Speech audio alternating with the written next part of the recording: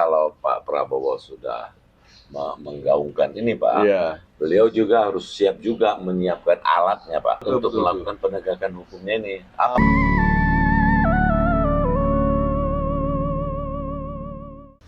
Di hari lahir NU Hmm. yang ke-102 itu di Istora Senayan, kan Pak Prabowo diberikan kesempatan untuk berpidato. Hmm. Sekian banyak jalan pidatonya itu ada yang menarik, Pak. Oh, ya. Bahwa kelihatannya nih Pak Prabowo bertekad betul akan melawan korupsi. Oh, bagus. Iya. Hmm. Disampaikan sama Pak Prabowo itu, semua aparat negara, baik sipil maupun siapapun lah ya, kalau dia mengkhianati rakyat akan ditindak dengan tegas. Makanya mengatakan gini, siapapun yang bandel, dablek, ngomong gitu Pak Prabowo, akan disikat habis. 100 hari pertama, ya, saya sudah beri istilahnya peringatan berkali-kali. Sekarang, siapa yang bandel, siapa yang dablek, siapa yang tidak mau ikut dengan aliran besar ini, dengan tuntutan rakyat, pemerintah yang bersih, siapa yang tidak patuh, saya akan tindak. Tanpa terkecuali. Nah, dan menarik juga, Pak Prabowo itu mengajak semua aparat ini, atau apa namanya aparat itu, aparat sipil negara maupun polisi atau tentara mungkin ya, termasuk penegak hukum, termasuk anggota legislatif atau apapun lah ya, yudikatif gitu, untuk mengintrospeksi diri. Gitu. Mengintrospeksi diri itu artinya melihat ke dalam dirinya, apakah dirinya itu punya niatan korupsi atau melakukan kejahatan yang lainnya atau enggak. Gitu. Terus kalau dia sudah melakukan, gimana ceritanya tuh Pak? Kalau dia mengoreksi tapi udah melakukan, gimana tuh Pak? Kan repot. Saya ajak semua rekan-rekan saya dalam pemerintahan, dalam kabinet Merah Putih, saya mengajak mereka, kita harus berani mengoreksi diri. Makanya kalau Pak Prabowo sudah menggaungkan ini, Pak, beliau juga harus siap juga menyiapkan alatnya, Pak, untuk melakukan penegakan hukumnya ini. Apa kira-kira? Untuk melawan korupsi. Korupsi itu. Itu ya Pak ya? Ya, itu kan banyak orang ngomong, kita akan melawan korupsi, kita akan membersihkan negara kita dari dugaan perilaku korupsi gitu. Tapi dia lupa perlu alat-alat, perangkat-perangkat kerja untuk itu. Kayak orang mau pergi perang ya, Pak. Amunisi harus disiapkan. Orang mau pergi perang, amunisi, strategi taktik, perencanaan, betul Pak. Tapi saya yakin tuh strategi Pak Prabowo sudah punya nih, Pak. Punya ya, mestinya ya. Tinggal alatnya tadi kira-kira untuk menghapus atau menegakkan tindakan seperti yang melanggar hukum. Kan perlu undang-undang nih, Pak. Nah, betul. Kalau perlu undang-undang, artinya pemerintah harus sudah siap atau mengajukan ke DPR untuk membuat undang-undang yang tajam ke bawah maupun ke atas, Pak. Ya, kan? Tidak pandang bulu. Tidak pandang bulu. Siapapun yang terbukti melakukan tindak pidana korupsi dibawa ke pengadilan. Dijatuhi hukuman yang berat. Yang berat. Ya.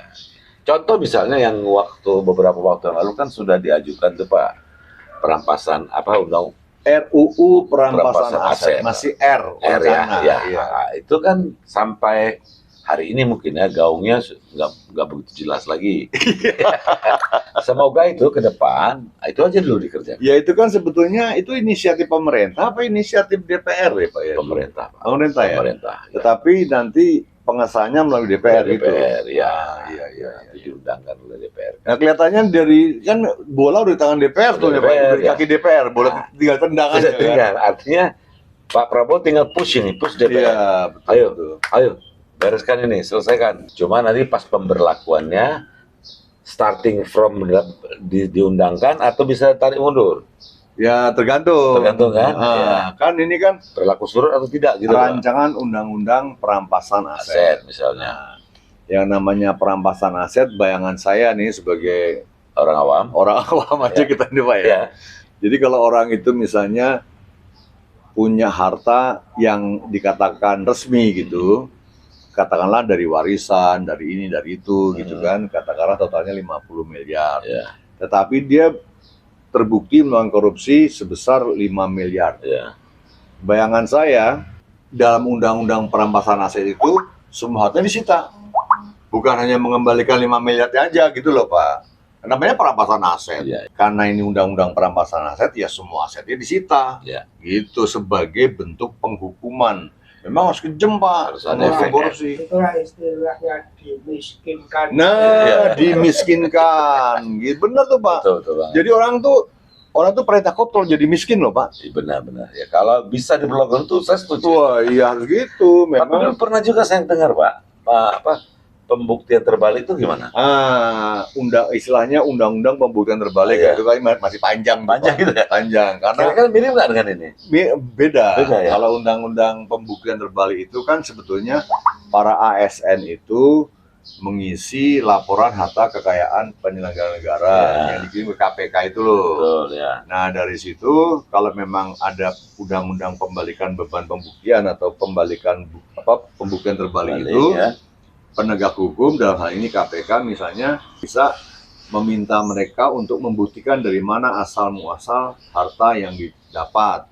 Seandainya dia tidak bisa membuktikan asal muasal harta yang didapat, seketika penegak hukum bisa menyita sisa harta yang nggak bisa dibuktikan itu. Oh, Dan begitu. orangnya bisa dikenai tindakan pasal-pasal tindak pidana korupsi. Kalau itu bayangan saya kalau membalikan beban pembuktian atau bukti terbalik itu loh. Kalau pembuktian terbalik ini Pembuktian. dimasukkan ke dalam undang-undang perampasan aset, Ya mestinya bisa, Bisa, kan? tetapi mungkin karena begini Pak, ada banyak juga pendapat hukum, Ya. pendapat orang-orang pakar hukum ini, kalau melakukan pembuktian terbalik namanya bukan praduga tak bersalah lagi dong.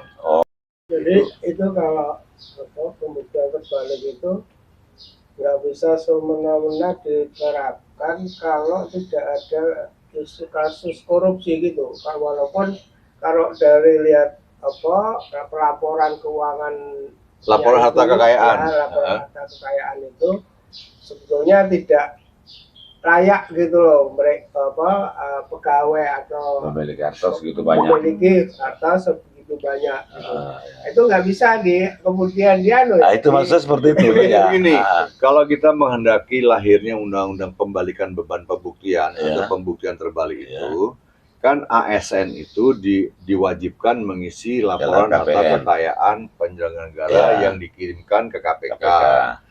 KPK akan menelisik Pak. Oke. KPK akan melakukan katakanlah semacam full bucket gitu. Ya. Bener nggak nih hartanya orang ini segini? Ah, Kalau kemudian dihitung-hitung dari gajinya, dari apa, dari itu, wah nggak cocok nih.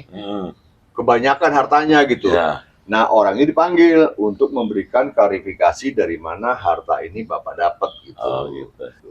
Tapi kalau dia tidak bisa membuktikan dari mana asal muasal hartanya itu, kalau pembalikan beban pembuktian itu, menurut saya si penegak hukum bisa menyita harta yang tidak bisa diklarifikasi gitu. Itu Dari menurut, mana asal muasalnya? menurut Pak Eko kira-kira kalau diterapkan kedua hukum ini mana yang lebih menggigit? Oh ya dua-duanya menggigit Pak. Menggigit dua-duanya. Menggigit. Tapi waktu pidato beliau di Harla NU itu Pak, bener, Pak? Kira-kira bagaimana sambutannya di situ? Oh sambutannya tepuk tangannya Ya. menggelegar Pak, Ya. tepuk tangan. Nah, itu katakan itu kan mewakili hampir seluruh rakyat Indonesia kan. Sebetulnya rakyat Indonesia sudah menghendaki sekali kan Pak. Oh, iya sangat Apa yang menghendaki. dikatakan Pak Prabowo itu, aduh berharap sekali. Ayo Pak lakukan Iya, ya kan. Kira-kira lakukan. begitu ya. Karena begini Pak, diduga ya Pak ya, kalau kita baca sehari-hari lah kehidupan kita. Korupsi di negara kita tercinta ini, korupsi itu memang sudah meruyak dari tingkat bawah, menengah, sampai tinggi. Atas, ya. Indeks persepsi korupsi yang dikeluarkan oleh OECD PBB itu, Indonesia termasuk negara peringkat terbawah dalam konteks korupsi. Artinya sangat koruptif gitu. Koruptif.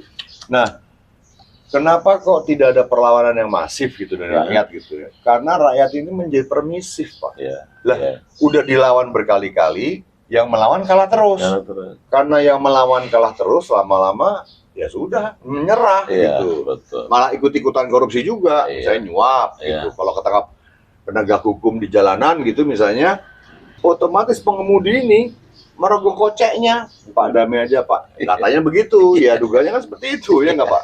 Menurut saya sih yang permisif bukan seluruh rakyat Indonesia lah. Oh iya. Persentasenya tidak sebanyak itu. Masih banyak lah yang betul. Masih banyak Memang betul Pak. pengen betul. Gitu loh. Masih banyak, tetapi mayoritas orang Indonesia, mayoritas loh. Iya, iya. Emang belum pernah bang survei nih, tetapi dugaan aja mayoritas Indonesia ini memang permisif terhadap korupsi. Perizinan itu banyak banget Pak. Impor ekspor, uang pelicin, uang suap. Ya. Diperas juga mau gitu. Iya. Dimintain uang sama misalnya petugas yang memiliki otoritas mau juga. Iya. Susah. Nah, ini mudah-mudahan Pak Prabowo itu bukan sekedar berpidato Ya. tetapi memang berniat betul dan akan dilaksanakan dengan betul. Tak peduli siapapun melakukan tindak pidana korupsi. Tapi Pak, kan kita juga mendengar ini suara-suara sumbang Iya. bahwa Pak Prabowo sudah melakukan ini Pak di Iya. Harla dan di tempat-tempat lain, ya kan? Ngomong tentang pemberantasan korupsi. Ya waktu 100 hari, Iya. sebelum 100 hari Pak Prabowo ngomong. Ngomong itu sebagai warning, sebagai peringatan. Peringatan. Saudara-saudara semua, saudara sebagai aparat negara, baik sipil, militer maupun yudikatif maupun eksekutif maupun legislatif, jangan sekali-sekali melakukan tindak pidana korupsi lagi. Nah, ya. Ada kata lagi, Ada lagi. supaya nggak ngulangi lagi. Stop, kan gitu Pak. Ya. Kalau memang lagi dan terbukti akan ditindak tegas. Ya. Itu warning menjelang 100 hari. Ya. Nah, Pak Prabowo mengatakan juga setelah 100 hari ini bukan warning lagi, Ya. bukan peringatan lagi, tapi betul-betul akan ditindak dengan tegas. Cuma Pak Jansen tadi kan bilang, Ya. ini alatnya apa yang mau dipakai? Itu Betul nggak Pak? Iya. Alatnya Maksud saya gini Pak, ini kan 100 hari pertama sudah warning. Iya. Terus beliau mengatakan akan menindak. Iya. Ini kan kalimatnya masih akan. Iya memang Selalu masih bilang akan. Iya kan akan Pak. Dalam akan kalau bisa Pak Prabowo rencanakan juga 3 bulan ke depan undang-undang ini diterapkan. Diundangkan dulu, harus ada Pak. time frame ya. Time frame-nya. Time frame-nya. Dia berharap undang-undang perampasan aset katakanlah Diundangkan. diundangkan. Iya, Kalau enggak keluarkan perpu. Batu keluarkan perpu. Iya, seperti itu gitu. betul. Kalau berlama-lama Iya. keluarkan perpu nih. Iya, Gitu. Jadi rakyat nggak bilang lagi, jangan-jangan cuma nomor. akan terus. Iya. Iya. Nah itu, Iya, jangan sampai keluar kalimat gitu lagi. Betul Pak. Saya setuju, saya sangat mendukung Nah, Pak Prabowo ini. yang menarik juga Pak Prabowo itu ngomong di Harlak itu. Iya. Masa saya ada yang bilang saya ini bajingan tolong. Pak Prabowo itu jenderal penuh Pak. Dia jenderal penuh, dia sudah. penuh sekarang Bos. Iya. Kalau saya bukan masalah jenderalnya. ORG itu. Rocky Gerung yang ngomong ya. Memang kan Rocky Gerung yang Iya. ngomong itu. Iya. Jadi Pak Prabowo sih ngomong gini. Saya sih nggak mau nyebut namanya, tapi kalian udah tahu lah. Waktu Rocky Gerung kalau masih terus seperti itu Pak, kepleset nanti dia. Ya itu. Kalau misalnya Pak Prabowo sensi bisa berat tuh Pak. Berat, Gitu. Iya nggak Pak Pri? Kalau sensi gimana bisa ngamuk gitu, Iya. bisa.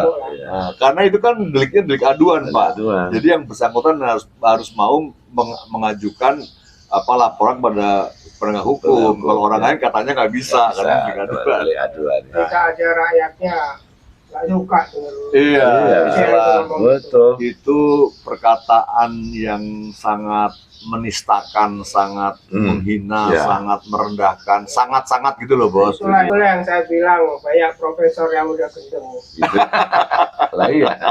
Yang kita sebut Apa pakar-pakar. istilah Jawanya Pak? Kalau pinter ke pinter ya? Keminter ya, Keminter. Keminter Pak. Ya mudah-mudahan sih apa yang disampaikan oleh Pak Prabowo bahwa dia akan betul-betul melawan korupsi dengan perangkat yang disediakan, penindakan, Ya. pencegahan maksudnya Pak ya. Ya. Perangkat yang menyangkut penindakan terhadap para pelaku korupsi yang menjerahkan, yang mengerikan Ya. bagi para terpidana kasus korupsi, dan juga melakukan perangkat-perangkat untuk pencegahan tindak pidana korupsi. Ya. Itu kalau kita ngomong alat-alat perangkat untuk pencegahan korupsi itu Kalau katanya dosen itu 1 tahun belajarnya, karena banyak betul Pak perangkat yang mesti disiapkan Pak, iya, bukan sekedar undang-undang untuk melakukan tindak pidana, menghukum pidana korupsi, tapi betul-betul banyak perangkatnya dan memerlukan jangka panjang yang Iya. terus-menerus dilakukan. Begitu Pak. Itu dia, Pak.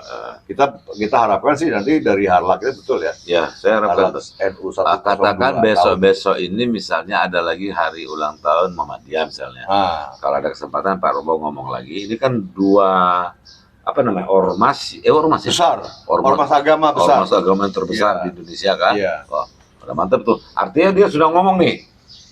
Anggaplah itu udah mewakili seluruh rakyat Indonesia. Saya udah Iya. ngomong, saya udah kasih warning, terus saya membuat undang-undang. Kalau undang-undang itu berlaku, jangan lagi Jadi salahkan. begini Pak, di hari kelahiran Nahdlatul Ulama ke-102 di Istora Senayan itu kan Pak Bro mengatakan ini bukan sekedar warning, kalau yang 100 hari sebelumnya kan warning, Warning. ini benar-benar akan ditindaklanjuti. Ya. Tapi kalau nanti di ulang tahun Muhammadiyah yang bulan keberapa Ya, kita nggak tahu nggak itu, tahu, ya. mestinya Pak Prabowo bukan akan lagi, tapi